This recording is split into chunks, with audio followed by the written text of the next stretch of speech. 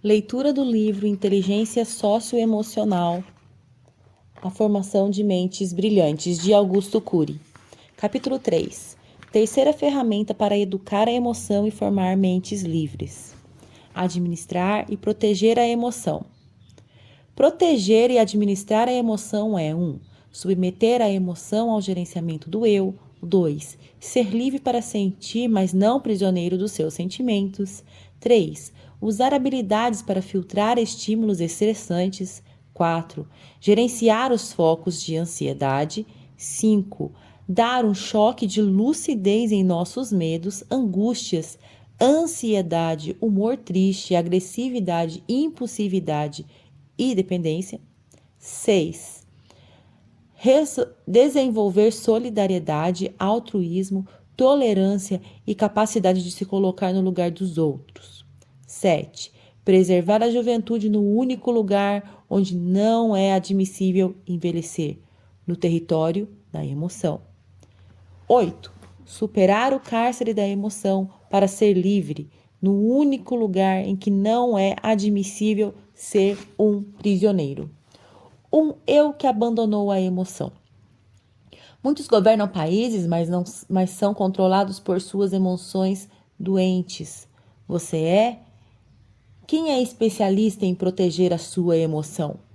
Muitos dirigem empresas, mas são algemados pelos seus sentimentos angustiantes, fóbicos, ansiosos, sofrem por pequenos problemas e, o que é pior, por coisas que nunca irão acontecer. Você sofre por antecipação, faz velório antes do tempo? Será que cuidamos com seriedade da nossa saúde mental como cuidamos das nossas coisas? Raramente. Até médicos e profissionais da saúde mental que têm a responsabilidade de cuidar da saúde dos outros têm dificuldade para cuidar da sua qualidade de vida. Muitos exigem demais de si, trabalham excessivamente, não filtram estímulos excessantes, não administram seu tempo e sua ansiedade. Os dependentes de droga, em destaque, frequentemente se tornam os maiores carrascos da sua qualidade de vida. Olhe para a sua experiência de vida. O que você tem feito para ser uma pessoa mais estável, tranquila e segura? O que você tem feito para superar sua impulsividade, ansiedade e irritabilidade? Seja sincero. Quanto tempo você tem gastado para viver a vida como uma apaixonante aventura? Para alguns, a vida se tornou um mercado de rotina, uma fonte de tédio. Acordam, andam, trabalham sempre do mesmo jeito. A emoção pode gerar a mais rica liberdade ou a mais drástica prisão. O cárcere da emoção, muitos vivem nesse cárcere. Embora a emoção deva ser administrada, é impossível dominá-la completamente. Se você deseja ser uma pessoa rigidamente equilibrada, desista, não conseguirá. A emoção se transforma num processo contínuo. A alegria se alterna com a ansiedade, que se alterna com a tranquilidade, que se alterna com a apreensão. Todavia, flutuações bruscas revelam uma emoção doente. Quem está no momento tranquilo, no outro explosivo, não tem uma emoção saudável. A emoção é mais difícil de ser governada do que os pensamentos. Ela é ilógica e por isso é tão bela. Uma mãe nunca desiste de um filho por mais que ele a decepcione. Um professor pode investir num aluno rebelde e relapso e sonhar que um dia ele vai brilhar. Por ser ilógica, a emoção traz ganhos enormes, mas também grandes problemas. Uma ofensa pode estragar a semana. Uma crítica pode gerar noites de insônia. Uma perda pode destruir uma vida. Um fracasso pode gerar um grande trauma.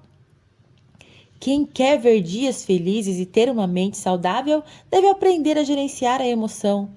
Mas as centenas de milhares de escolas mundiais negligenciaram essa ferramenta fundamental. Não é por acaso que há muitos miseráveis que moram em palácios e paupérrimos que têm milhões de dólares em suas contas bancárias. Não é sem razão também que há muitos intelectuais que têm baixo limiar, capacidade para suportar frustrações, contrariedades, perdas, crises, não têm resiliência. Gigantes fora de si, frágeis dentro de si.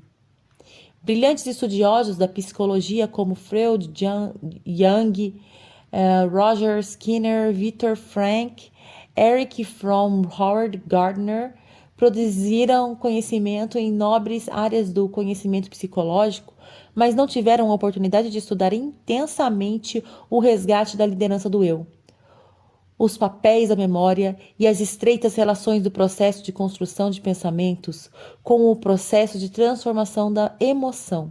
Humildemente, comento que a teoria da inteligência multifocal pesquisou esses assuntos, mas, como falei, o objetivo dessa teoria não é competir com as demais teorias, mas agregá-las, abrir novas perspectivas e trazer à luz novos conhecimentos.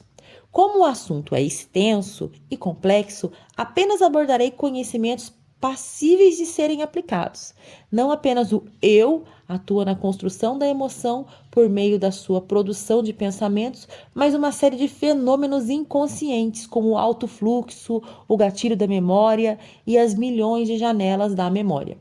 Não é fácil pilotar a aeronave mental, pois exige uma série de copilotos que pode comandá-la no lugar do eu, pelo menos por alguns segundos ou minutos, levando o eu a levantar voo quando não o deseja, a seguir trajetórias que não traçou e aterrissar onde não programou. Quantas vezes sentimos que não queremos sentir? Ou nos perturbamos com angústias e medos que não nos programamos? Quantas vezes o nosso eu bloqueia sua capacidade de dar respostas sem o desejar?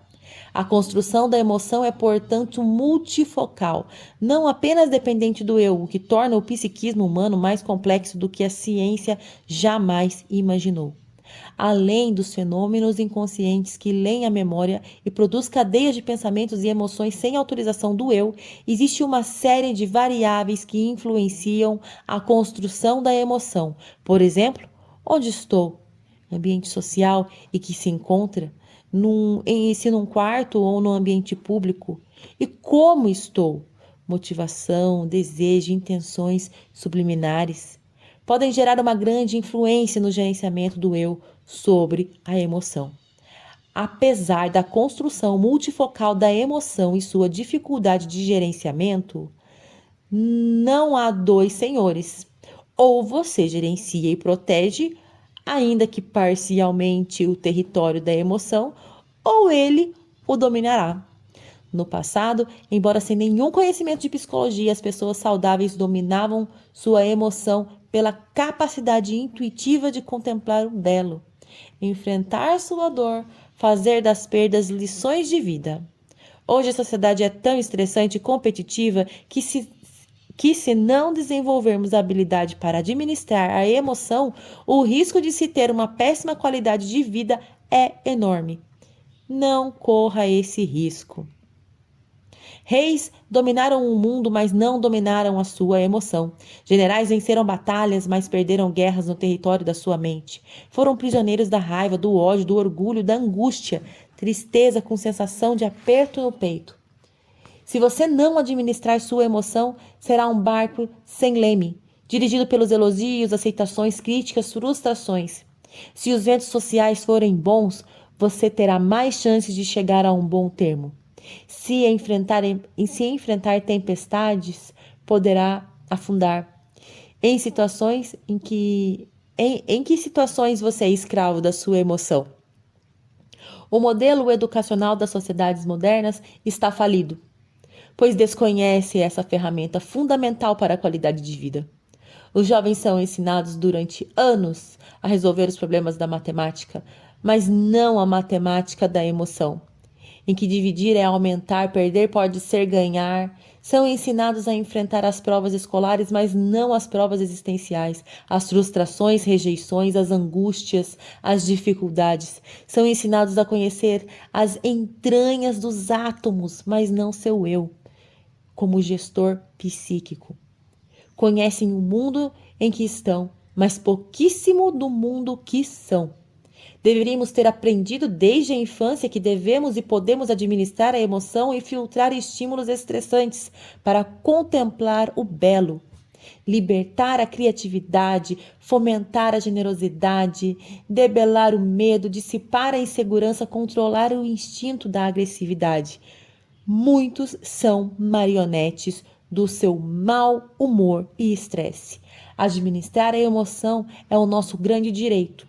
Direito de ter uma mente livre, feliz, saudável, de navegar com segurança nas turbulentas águas das relações sociais. Você exerce esse direito?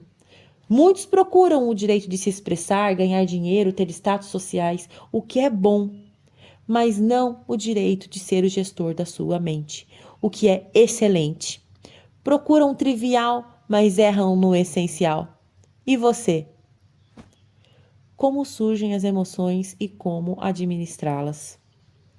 Como disse, as emoções surgem das cadeias de pensamentos produzidas pelo processo de leitura da memória, realizado em milésimos de segundo por múltiplos fenômenos, inclusive o eu.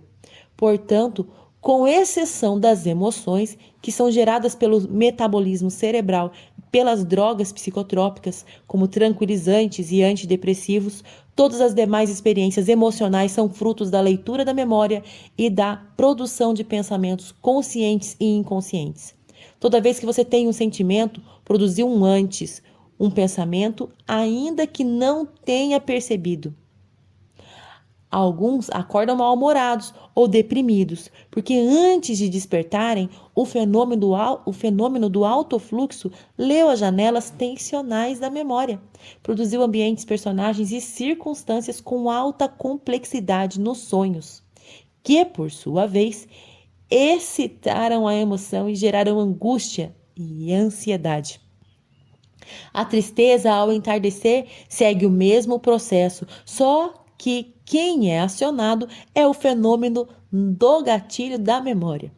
No entardecer, a diminuição do ritmo de atividades sociais leva à introspecção, detona o gatilho, abre as janelas da memória que contém solidão, gera cadeias de pensamentos que desfiguram o bom humor. O processo de construção de pensamentos e emoções é rapidíssimo, não temos consciência dele. As janelas são lidas multifocalmente, produzem pensamentos que, por sua vez, transformam a paisagem das emoções. O som de uma música pode abrir a janela da memória, produzir pensamentos que recordem doces experiências. Lembro-me de que numa clínica em Paris, na França, onde trabalhei, uma jovem dependente de heroína, ao ver uma foto de um pó numa revista que nem era da droga, detonou o gatilho. Abriu uma janela killer e ela ficou ansiosa, aflita, desfigurada. Se o eu não tomar as rédeas do psiquismo nesse exato momento, se não der um choque de lucidez na mente humana e se não confrontar e virar a mesa contra a ansiedade e humor deprimido, ele será vítima, um escravo da emoção e não gerenciador dela. Grande parte dos maiores erros humanos ocorre no primeiro minuto de tensão.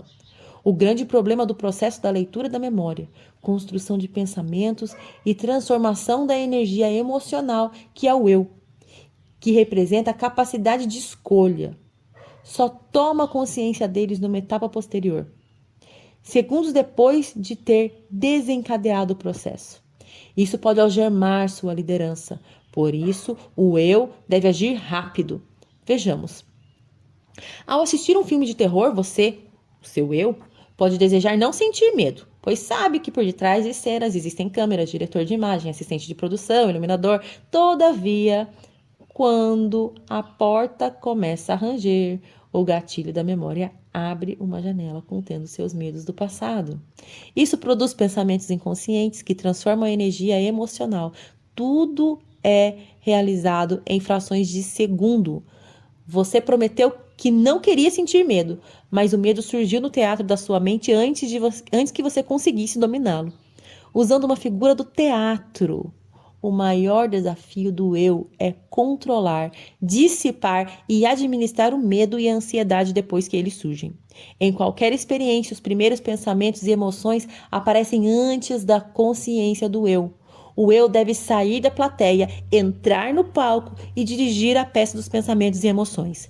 Você fica plantado na plateia ou entra no palco? Dá um escândalo positivo e proclama: quem dirige essa peça sou eu. Podemos evitar que a peça se inicie se reeditarmos o filme do inconsciente ou construirmos janelas paralelas, assunto que trataremos nos capítulos posteriores. Você não acha incrível que nossa peça sempre tenha feito guerras? Você não acha incrível que nossa espécie sempre tenha feito guerras, cometido violências, assassinatos, atos de suicídio? Por que somos tão estúpidos se a vida é tão bela e tão breve? Um dos maiores motivos são as escolas do mundo todo que não ensinam as ferramentas para o eu, seu gestor psíquico. É outro grande motivo. E outro grande motivo é que nossa mente é de uma complexidade inimaginável. Centenas de peças teatrais, experiências, encenam-se diariamente no palco da nossa mente, sem a autorização do eu.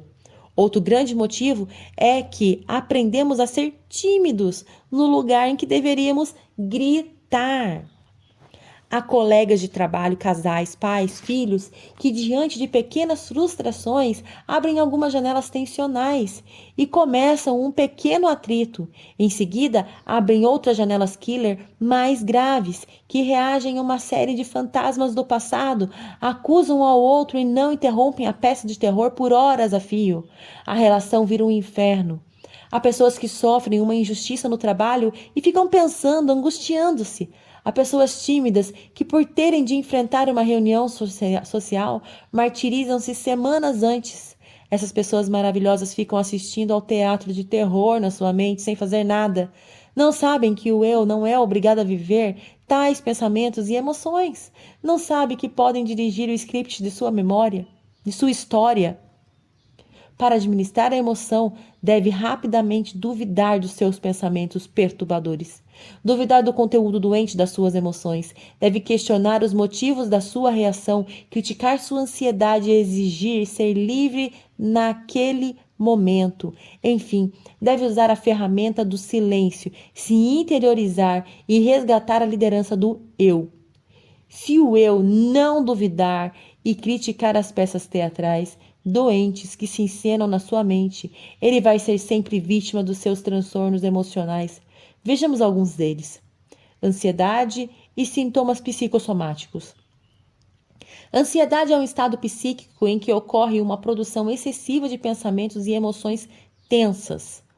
Os sintomas básicos são irritabilidade, intolerância, insatisfação, instabilidade, inquietação, transtorno do sono e às vezes sintomas psicossomáticos como dor de cabeça, gastrite, tontura, nó na garganta, hipertensão arterial, queda de cabelo e dor muscular.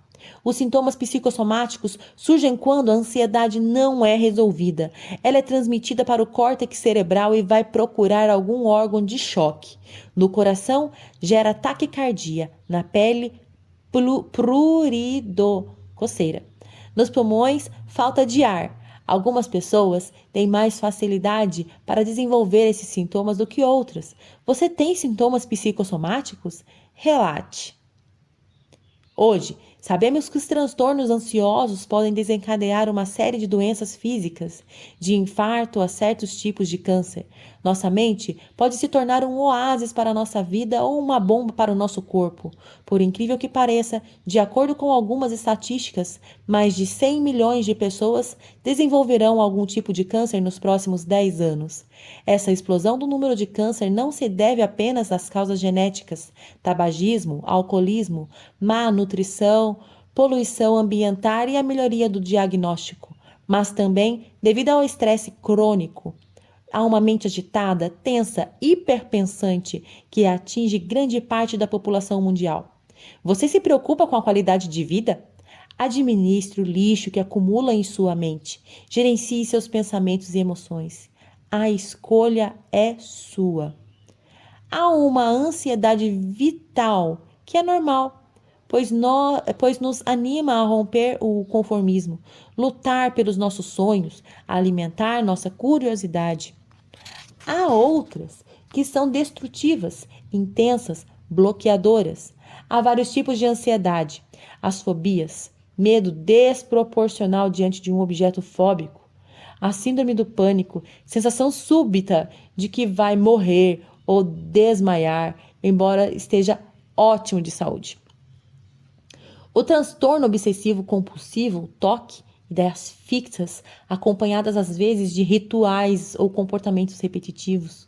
O transtorno de ansiedade generalizada, o TAG, inquietação e irritabilidade acompanhada com frequência de sintomas psicossomáticos. O estresse pós-traumático, ansiedade que se sucede aos traumas físicos e psíquicos, tais como perda de pessoas, perda de empregos, divórcio, acidentes. Não podemos nos esquecer também da ansiedade causada pela síndrome do pensamento acelerado, SPA. Mente agitada, sofrimento por antecipação, flutuação emocional, irritabilidade, dores de cabeça, dores musculares, fadiga excessiva, esquecimento e etc. Extremamente comum nos dias atuais. Que tipo de ansiedade você, porventura, tem ou já teve? Se uma dessas ansiedades envolvê-lo em alguma curva da vida, não se desespere. Ela pode ser reciclada e superada. Nada é irreversível na psique humana. Aplique as ferramentas, treine a administrar sua emoção, reciclar seu estilo de vida, atuar dentro de si mesmo. Depressão, o último estágio da dor humana. Existem vários tipos de depressão. Depressão maior, pessoa que sempre foi alegre, mas por motivos como perdas, frustrações, separação, pensamentos negativos, tem uma crise depressiva. Depressão distímica. Depressão distímica. Pessoa que sempre foi triste e pessimista desde a adolescência. Tem a depressão reacional. Humor triste, resultado de um trauma ou perda. Depressão bipolar, humor depressivo alternado às vezes com euforia irracional. Em alguns casos de depressão existe uma influência genética dos pais, porém não há condenação genética. Se os pais forem depressivos, os filhos podem se tornar alegres, sociáveis, empreendedores, se aprenderem a gerenciar seus pensamentos, liderar sua emoção, contemplar o belo.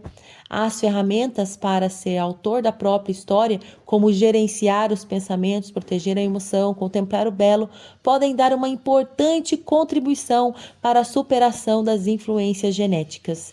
Muitos pacientes deprimidos são ótimas pessoas, mas não têm proteção emocional. Eles sofrem a dor dos outros, doam-se excessivamente, são hipersensíveis. Uma ofensa causa-lhes um eco intenso. Os sintomas depressivos mais importantes são desânimo, perda do prazer, diminuição da libido, transtorno do sono, alteração do apetite, ideias de suicídio, fadiga excessiva, ansiedade, isolamento social. Nem todos os sintomas estão presentes. Você tem algum desses sintomas? Nunca devemos pensar que a depressão é fingimento, fragilidade ou frescura. Quem pensa assim, além de ser injusto, está totalmente despreparado para a vida. Tem facilidade de desenvolver grave depressão nas perdas e frustrações. A depressão não é um estado de tristeza temporária que dura algumas horas ou dias. É uma doença que deve durar pelo menos 2 ou 3 semanas.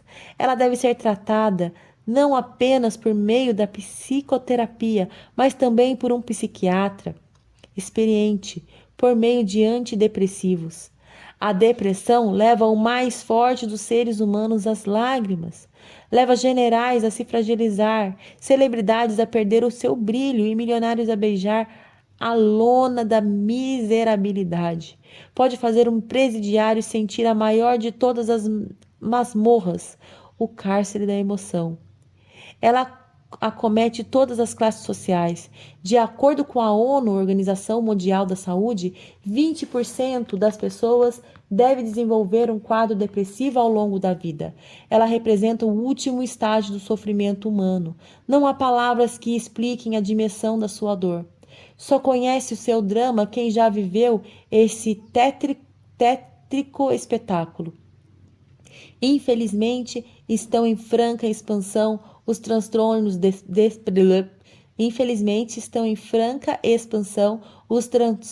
depressivos na juventude.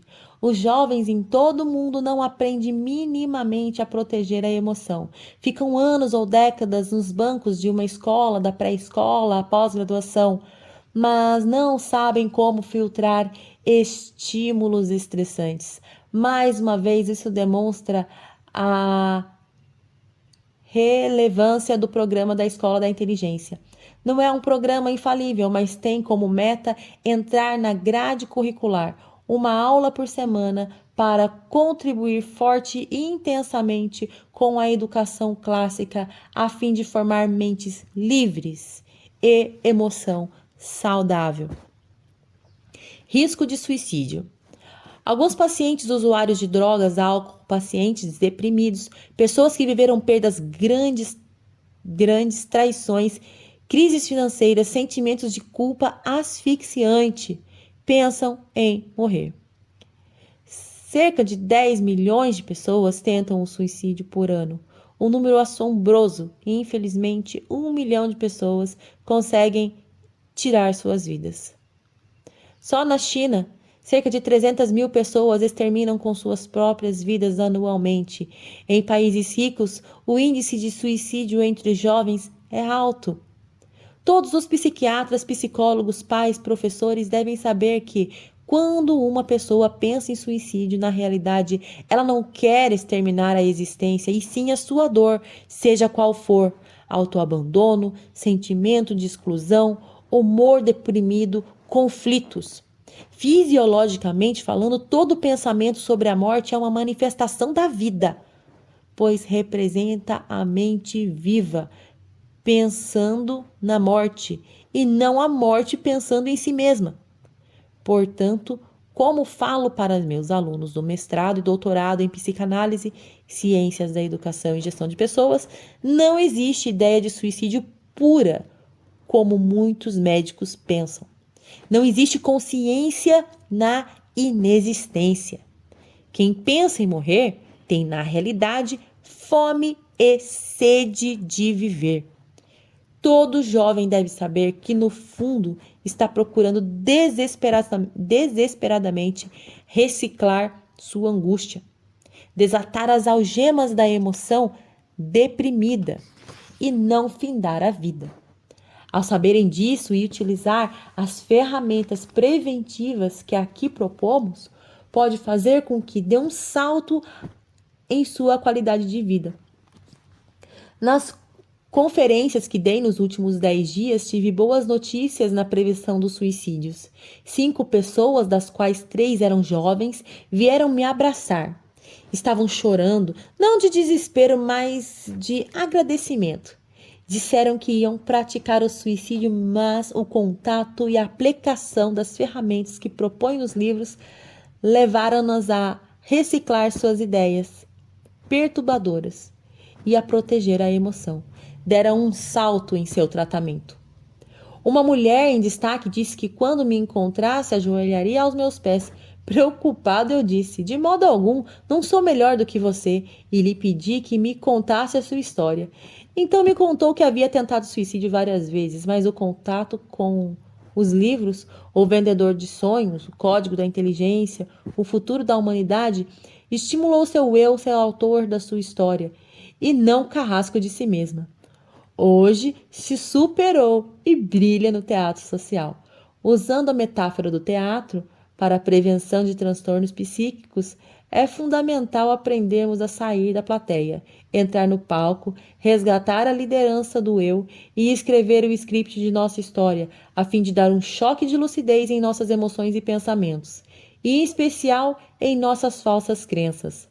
Os maiores sabotadores de uma mente saudável somos nós mesmos, Por nada e por ninguém vale a pena deixar de viver, mesmo que o mundo desabe sobre nós.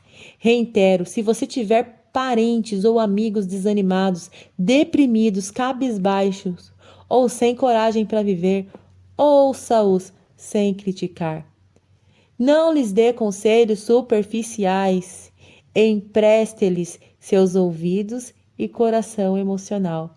Diga a eles que são fortes, que têm uma grande fome e sede de viver. Encoraje-os a não terem medo de se tratar. Uma pessoa madura não dá as costas para sua dor, mas as enfrenta com dignidade. Devemos enfrentar com humildade e ousadia as nossas perdas e decepções. Lembre-se da técnica do DCD: duvidar, criticar e determinar. Devemos duvidar de tudo que nos controla, criticar diariamente cada pensamento perturbador e dar um choque de lucidez em nossas emoções doentias. Grite no único lugar que não é admissível ficar tímido e amordaçado, dentro de si mesmo. Você é tímido no teatro psíquico ou protagonista da sua história? A emoção doente ama pessoas passivas, mas a emoção saudável ama pessoas que a lideram. Se você treinar a administrar sua emoção, depois de alguns meses o resultado será fabuloso. Você viverá mais tranquilamente, formará plataformas de janelas light e pouco a pouco seu eu terá mais encanto pela existência. A sensibilidade e a serenidade serão incorporadas paulatinamente em sua personalidade. Infelizmente, a educação mundial nos leva a ser passivos em nossa mente. Milhões de pessoas não foram educadas para dirigir o script de sua história. Seu eu fica assistindo como espectador passivo às nossas mazelas. Culpa, autopunição, medo, complexo de inferioridade, ódio, angústia, encenadas no palco de sua mente. Você é um espectador passivo ou dirige o script da sua história? Todas as ferramentas são trabalhadas de maneira inteligente, lúdica e agradável no programa da Escola da Inteligência. 1. Ter consciência de que cedo ou tarde ocorrerão frustrações por melhor que seja a relação.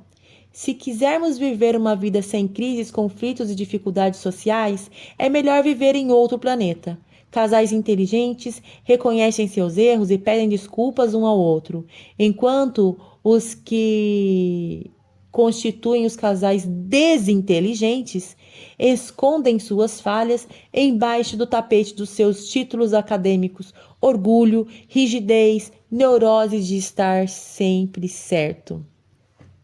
Pais inteligentes falam com seus filhos sobre o essencial, seus sonhos, pesadelos, lágrimas, projetos de vida, enquanto pais destituídos de sabedoria se calam sobre si e só falam sobre o trivial: bens materiais, TV, cinema, esportes, problemas dos outros.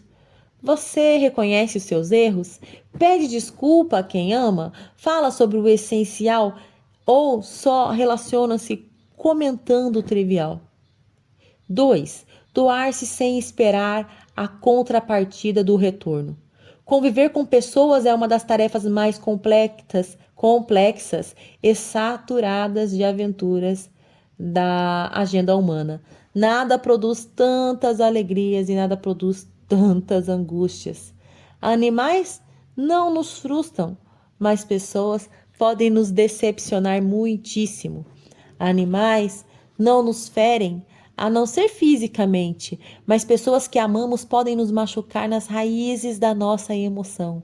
Animais não nos apequenam, dominam ou excluem, mas pessoas que apostamos tudo o que temos, como nossos parceiros, filhos, alunos, amigos, podem invadir nossa psique e fragmentar nosso sentido existencial, imprimir culpa, angústias, fazer chantagens. Do mesmo modo, podemos ferir as pessoas que mais merecem ser abraçadas e amadas.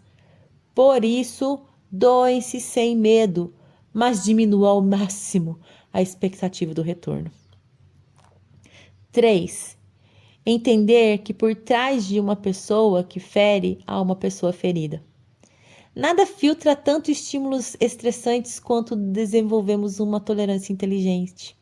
Uma pessoa verdadeiramente flexível não é cobradora nem justiceira. Ela entende que por detrás de uma pessoa que nos machuca, sempre há alguém machucado. Não por conhecermos a última fronteira da ciência, o processo de construção de pensamentos, achamos que as pessoas planejam o mal. Claro, há psicopatas, ditadores, corruptos, que são peritos na engenharia do mal, mas frequentemente as pessoas que nos são íntimas, quando nos ferem, os fazem porque são vítimas das suas mazelas. Encarceradas pelas suas janelas killer, elas erram, mas porque são livres. Elas são injustas porque primeiramente são injustas. Elas erram, mas porque não são livres. Elas são injustas porque primeiramente são injustas consigo, para dar descontos são injustas consigo. Dar descontos para elas podem não ajustá-las muito, mas filtrar estímulos estressantes resolve nosso problema. Nossa emoção deixa de ser terra de ninguém. Como anda a sua emoção? Certa vez, dando conferência para a Procuradoria-Geral da República, o Ministério Público Federal, comentei que as maiores masmorras não estão fora de nós. Lembre-se que quem cobra demais dos outros se torna um carrasco não apenas deles, mas também de si mesmo. 4. Entender que perdoar é atributo dos fortes e excluir dos frágeis. Quem perdoa com facilidade protege sua memória.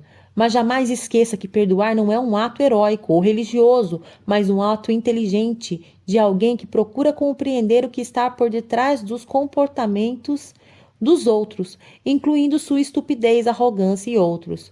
O mestre dos mestres, em seu último jantar, há 2000 anos, estava diante de alunos que frequentemente lhe davam dores de cabeça. Mas, para espanto da psicologia e pedagogia, ele pegou uma bacia de água e uma toalha e lavou seus pés. Nunca alguém tão grande se fez tão pequeno para tornar os pequenos grandes. Ele deixou perplexos seus alunos, levou-os a se interiorizarem e se reinventarem. Usou todas as ferramentas aqui expostas para filtrar estímulos estressantes. Quem treina seu eu com essas técnicas julga menos e abraça mais. Exclui muito menos e aposta tudo o que tem naqueles que poucos têm. E você? O que faz com as pessoas que o decepcionam ou traem?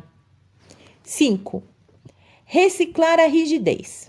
Um eu radical parece forte por fora, mas é um menino por dentro. Prepara uma sepultura para a sua saúde emocional e seu prazer de viver.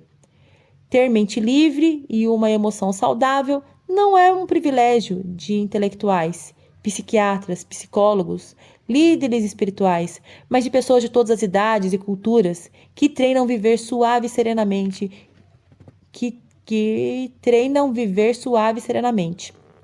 de seres humanos que contemplam o belo e fazem muito do pouco, de profissionais que superam a necessidade neurótica de ser perfeito, de ter evidência social e de se preocupar excessivamente com o que os outros pensam e falam de si.